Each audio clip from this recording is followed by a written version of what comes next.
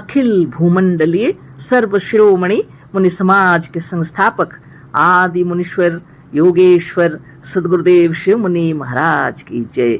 उपस्थित मुनि वृंद, साधु सज्जन वृंद, संत वृंद, साधक वृंद, आध्यात्म ज्ञान के जिज्ञासु और प्रेमियों, सभी श्रोता वृंद, आप सभी को मेरा कोटिशः नमन, सप्रेम जय जीव। तो आध्यात्मिक चर्चा चल रही है और हम लोग सदगुरुदेव शिव मुनि महाराज रचित ग्रंथ आत्मबल, मनोबल और इच्छा शक्ति के अंतर्गत अध्याय 11 पर चर्चा कर रहे हैं। आज आगे पढ़ेंगे। एक शीर्षक दिया हुआ है आत्मा का ऐश्वर्य ना। अब आत्मा के ऐश्वर्य की चर्चा होगी उसी अध्याय 11 के अंतर्गत। जीव कर्ता धर्ता और मालिक होता हुआ भी अपने से अपना ईश्वर बना के उसका दास बन जाता है और अपनी स्वाधीनता नष्ट करके दुखी होता है। यह मनुष्य कैसा है देखिए, है ना। जीव कर्ता धर्ता और मालिक होता हुआ भी अपने से अपना ईश्वर बना के उसका दास बन जाता है, गुलाम बन जाता है और अपनी स्वाधीनता नष्ट करके दुखी होता है। दूसरा कोई दुख नहीं देगा मनुष्य को, वे अपने ही आप अपने को दुख देता है। जहाँ कोई है ही नहीं ऐसा कल्पना करके मालिक बना के और उसका गुलाम बन के बैठा है, सारे नियम कानून बना के। और दुखी होगा नहीं तो क्या होगा, अपनी स्वाधीनता नष्ट करके दुखी होता है। अपना खजाना, गुरुदेव आगे लिखते हैं, अपना खजाना और अपना ऐश्वर्य अपने से अपने काल्पनिक भूत प्रेत, देवी देवता और ईश्वर को सौंपकर स्वयं उनके सामने हाथ जोड़कर भीख मांगता रहता है। कितने आश्चर्य की बात है। मनुष्य स्वयं से अपना खजाना और अपना ऐश्वर्य अपने से अपने काल्पनिक भूत प्रेत, देवी देवता और ईश्वर को सौंपकर स्वयं उनके सामने हाथ जोड़कर भीख मांगता है। राजा होकर भी दास बनता है, भगवान होकर भी दीन बनता है, खुद ईश्वर होकर भी पत्थर, काठ, मिट्टी और शून्य आकाश के सामने हाथ जोड़ता, गिड़गिड़ाता और प्रार्थना करता है। यह सब करके भी सोचता है कि ना जाने ईश्वर हमसे प्रसन्न हुआ वा नहीं। इतना सब करने के बाद में भी सोचता है ना जाने ईश्वर हमसे प्रसन्न हुआ वा नहीं। कैसे जानेगा वो। काठ पत्थर का ईश्वर बनाया है, भूत प्रेत सब कल्पित, सबको सौंप दिया है, अपना खजाना ही समझ लो। जीवन भर काम करते रहता है दिन दुखी हो करके और देते रहता है, उनको खिलाता पिलाता है, स्वयं बना के रखा है ना। क्यों दुखी नहीं होगा। ऊपर से सोचता है, इतना प्रार्थना करता है, गिड़गिड़ाता है, फिर सोचता है पता नहीं मेरी सेवा से भगवान खुश हुए या नहीं। यही सब हो रहा है। यह सब करके भी सोचता है कि ना जाने ईश्वर हमसे प्रसन्न हुआ वा नहीं, हमारा मनोरथ पूर्ण होगा या नहीं। इसी तरह से ईश्वर भक्तों को अनेक प्रकार की शंकाएं और संदेह लगे रहते हैं। जो ईश्वर भक्त है उसको संदेह और शंका तो जरूर लगे रहेगा, क्योंकि वो अपने ऊपर भरोसा नहीं करते हैं, दूसरों के ऊपर भरोसा करते हैं। अपनी आत्मा की शक्ति पर उनको कोई भरोसा नहीं है। उससे बढ़ करके और सोच रहे हैं, वो स्वयं सोचे हुए हैं, स्वयं बना के रखे हैं और उनके ऊपर भरोसा कर रहे हैं। जो दूसरों के हाथ में है उसे पाने में अवश्य संदेह और शंका है। और जहाँ शंका है वहाँ सुख सफलता और पूर्णता कहाँ है। दूसरों के हाथ में धन दौलत, दूसरों के हाथ में सुख समृद्धि, और उसको आप कैसे लाएंगे। शंका होगी निश्चित, संदेह होगा अपने ऊपर। आप पूजा पाठ कर रहे हैं, सोच रहे ये दान दक्षिणा देंगे, ऐसे पूजा पाठ करेंगे, ऐसे उपवास व्रत करेंगे तो खुश होंगे। फिर मन में प्रश्न उठता है, ना जाने मेरी इन सेवाओं से भगवान प्रसन्न हुए या नहीं, पता नहीं मेरी मनोरथ पूर्ण होगी या नहीं। शंका ही शंका, कहाँ से सफल होंगे। दूसरा के कोई भी हो, दूसरा चाहे कोई हो, जो तुमसे बड़ा है, तुम्हारा मालिक और ईश्वर है, उससे डर तो मालूम अवश्य होगा। और जहाँ वह जिसके हृदय में डर है वहाँ और उसके हृदय में सुख शांति और आनंद नहीं रह सकता, है ना। जहाँ भी हो, जो कोई जिसको आप आपसे बड़ा समझते हैं, आपका वह मालिक है, चाहे कोई भी हो, ईश्वर ही क्यों न हो, आपको डर जरूर लगेगा। आपके हृदय में यदि डर है, सुख शांति कहाँ हो, आनंद कहाँ? इसी लेख में ऊपर यह विषय लिखा जा चुका है कि जैसे भूतों को मानने वाले भूतों से डर कर अनेक प्रकार से दुखी, दरिद्र, दुर्बल, रोगी और मृतक होते रहते हैं, वही दशा ईश्वर को मानने वालों और ईश्वर से डरने वालों की भी होती रहती है। लोग सोचते हैं भूत प्रेतों को मान के सुखी, वो भी दुखी है, देवी देवताओं को सब दुखी, अब ईश्वर को मानने वाले वह भी दुखी, सब दुखी और दरिद्र होकर के देवी देवताओं को, भूत प्रेतों को मान के रखे हैं और चढ़ावा काल्पनिक सोचे हुए हैं और वो सब देने नहीं सकते हैं, तो सब पूजा पाठ करते हैं, जगह जगह घूमते हैं, है ना, तीर्थों में, और सोचते हैं पता नहीं भगवान खुश हुए कि नहीं। इतनी बड़ी शक्ति रखते हुए और चेतन होते हुए जब मनुष्य एक जड़, पत्थर, काठ और मिट्टी के लोंधा को अपना ईश्वर मान लेता है, तो वह अपने हाथों से अपने सर्वशक्तिमान आत्मा या जीव की हत्या कर डालता है। सोच लीजिए, यही सब चल रहा है। आत्मशक्ति की महिमा को ना समझकर कल्पना कर बैठे हैं लोग और उसको सबसे बड़ा सोच रहे हैं, जिसकी वजह से आत्मबल नष्ट हो रहा है। इस आत्मा की, इस जीव की महिमा घट जाती है। आत्मा के घट जाने पर, आत्मा तो नहीं घटती, लेकिन मन के अंदर में ये वृत्तियां आपको बहुत छोटा बना देती हैं।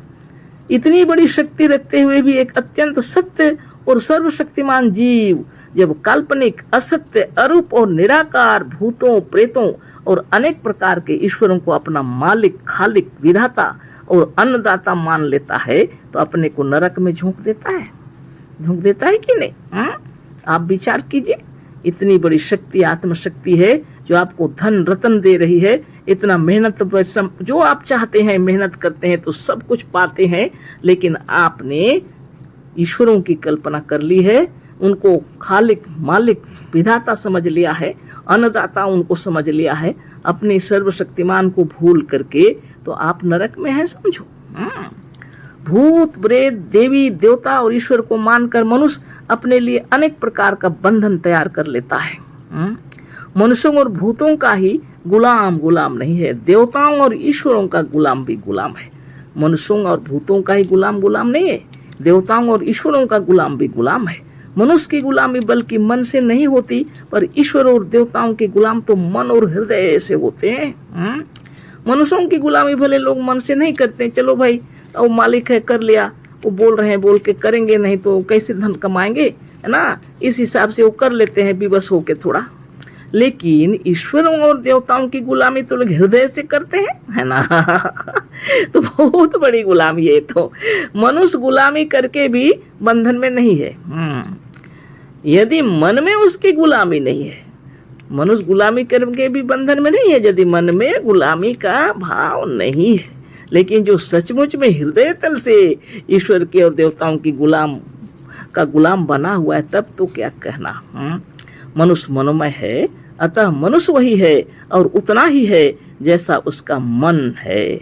नाटक में एक राजा चोर बना है, उसे उसी का नौकर जो जज बना है सूली पर चढ़ा देने की आज्ञा देता है। वह सबको दिखाने के लिए रोता हुआ भी वास्तव में रोता नहीं है क्योंकि उसका मन जानता है कि वह राजा है, चोर नहीं। वह जानता है कि चोर तो वह इस नाटक के खेल में बना हुआ है, वह वास्तव में राजा है। अतः यह सिद्ध है कि मनुष्य वही है जैसा कि वह अपने विचार और मन से अपने को मानता है। यह मन अपने से अपने को बांधे तो संसार की कोई शक्ति इसे छुड़ा नहीं सकती, है ना। अगर यह खुद को नहीं बांधेगा तो कोई इसे बांध नहीं सकते, लिखे हैं। कहने का मतलब यह है कि गुरुदेव की महिमा से आप इतना जान लीजिए कि मन से बड़ा कोई भी नहीं है जो आपको मुक्त कर दे, और मन से बड़ा कोई भी नहीं है आपको बांधने वाला। आपको बांधने की शक्ति भी मन में है और मुक्त करने की शक्ति भी मन में है। इसलिए असत्य जो है उसको जानकर त्याग देना चाहिए। उदाहरण दिए गुरुदेव, राजा चोर बना हुआ है, नाटक कर रहा है, और उसी का नौकर जज बना हुआ है और सूली पर चढ़ाने का आदेश दे दिया। राजा रो रहा है दूसरों को दिखाने के लिए, लेकिन वो सचमुच में नहीं रो रहा है, वो नाटक है ना, उसे मालूम है क्योंकि हम तो राजा हैं। ऐसी बात, ये तो नाटक की बात हो रही। मनुष्य अपने से अपने ईश्वर, भूत प्रेत व देवी देवता की कल्पना करके सोचा करता है कि ना मालूम वह ईश्वर उसे नरक देगा या स्वर्ग देगा, ना मालूम वह ईश्वर उसे मुक्त करेगा या नहीं। स्वर्ग नरक भी तो कल्पना किया हुआ है मनुष्य ने, साधारण बात थोड़ी है। बहुत बड़ी बात है। ये सब कुछ भी नहीं है जगत में, उसका क्या ब्रह्मांड में कहीं सृष्टि में स्वर्ग नरक नहीं है, लेकिन मनुष्य ने कल्पना कर रखे हैं अपने भीतर, है ना। जो जैसा सोचेगा वो वैसा ही दिखेगा। ना मालूम वह उसे सुखी और निरोग रखेगा या नहीं। ईश्वर देवी देवता ये सब की कल्पना किया हुआ है, कल्पना करके सोचता है ईश्वर उसे नरक देगा या स्वर्ग देगा, ना मालूम ईश्वर उसे मुक्त करेगा या नहीं, ना मालूम वह उसे सुखी और निरोग रखेगा या नहीं, ना मालूम वह उस ईश्वर उससे प्रसन्न है या नहीं, ना मालूम वह उसे कब मार डालेगा, वह कैसी बहुत बड़ी विपत्ति में झोंक देगा, किसी बहुत बड़ी विपत्ति में झोंक देगा।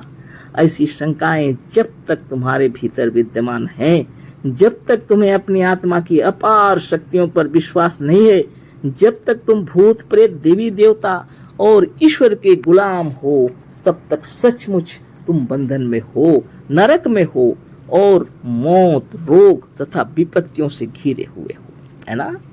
सोच लीजिए, सब कल्पित है, सब काल्पनिक। जीवन भर ही सब सोचते रहिएगा स्वर्ग नरक ईश्वर परमेश्वर, तो दुनिया वाले भले नहीं देखे तो आपको तो मालूम है ना आप गलत किए हैं कि अच्छा, तब तो आप सोचते हैं हमको ऐसी ही सजा मिलेगी, और आपने कल्पना की हुई है। और शरीर छोड़ने के बाद वही स्वर्ग नरक दिखेगा, यमराज जमदूत सब दिखेंगे, और आप उसी कल्पित जगह में कष्ट पाएंगे। जीते हुए भी कष्ट, मरते हुए भी कष्ट, क्या फायदा, दुखों से घिरे रहना है क्या। ये सारी विपत्तियां खुद ही लेके रखे हैं। आगे लिखते हैं गुरुदेव, इसको पढ़ देते हैं, पूरा कर देते हैं, है ना। भूत प्रेतों देवी देवताओं और ईश्वर का बंधन तुम्हारे मानने से है। आज इनका मानना छोड़ दो तो यह तुम्हारा कुछ नहीं कर सकते, है ही नहीं है तो क्या करेंगे वो, है ना। एक हिंदू यदि ठाकुर की मूर्ति को तोड़े तो डर जाएगा और बीमार पड़ जाएगा, पर एक मुसलमान हजारों मूर्तियों को भी तोड़कर बीमार नहीं पड़ेगा, न डरेगा, क्योंकि उसको मालूम होता है कि हम अच्छा काम कर रहे हैं, है ना। उसको कोई भय नहीं लगेगा, बीमार भी नहीं होगा, डरेगा भी नहीं।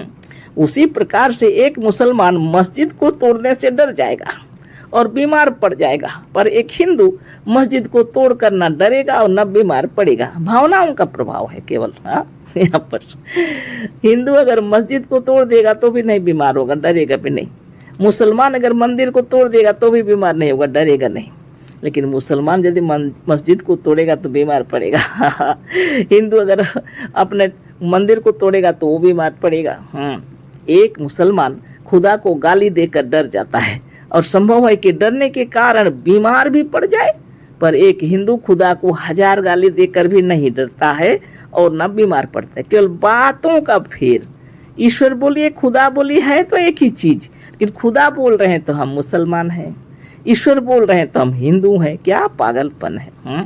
यही सब करके तो आज इतना हुआ है ना। अतः यह सिद्ध है कि खुदा और भगवान कुछ नहीं करते, सब अपना मन अपने विश्वास के अनुसार करता है। सब करने वाला मन है, मन ही अपने विश्वास के अनुसार करता है। ना खुदा कुछ करते हैं, ना ईश्वर कुछ करते हैं, ना मंदिर कुछ करता है, ना मस्जिद कुछ करता है। करने वाला हमारा मन है। जब अपना मन ही फल देता है, अपनी आत्मा ही अपने लिए सब कुछ करती है, जब अपने ही कर्मों को भोगना है तो सबको छोड़कर स्वावलंबी, स्वाधीन, स्वतंत्र बनकर मुक्ति का आनंद क्यों न लिया जाए। जब हमारी आत्मा ही काठ, मिट्टी और पत्थर का काल्पनिक भगवान बनाकर अपने कुछ मनोरथों को कुछ अंशों में पूर्ण करने योग्य बना लेती है, जब हमारी आत्मा जड़ को भी चेतन ईश्वर बना देती है, तो हम जो सत्य हैं, जो सचमुच भगवान है, जो चेतन है, जो हमारा अपना आप है, जो हमारा सबसे बढ़कर हितैषी है, जो अपना स्वरूप है, उसी को क्यों न जाने, उसी को क्यों न माने और दृढ़ रहकर पूर्ण सुखी, स्वाधीन, स्वतंत्र, स्वावलंबी और जीवन मुक्त होकर सच्चे आनंद का उपभोग क्यों न करें। सदगुरुदेव शिव मुनि महाराज की जय। आप अपने ईश्वरत्व को याद कीजिए ना, और इन सब भावनाओं को हटा दीजिए जिनका कहीं अस्तित्व ही नहीं है, उसको आप डर रहे हैं। इसलिए योगाभ्यास कीजिए, सब डर भगाइए और मुक्त होकर रहिए, है ना। अशेष धन्यवाद, कोटि से नमन, सप्रेम जय जीव। सदगुरुदेव शिव मुनि महाराज की जय।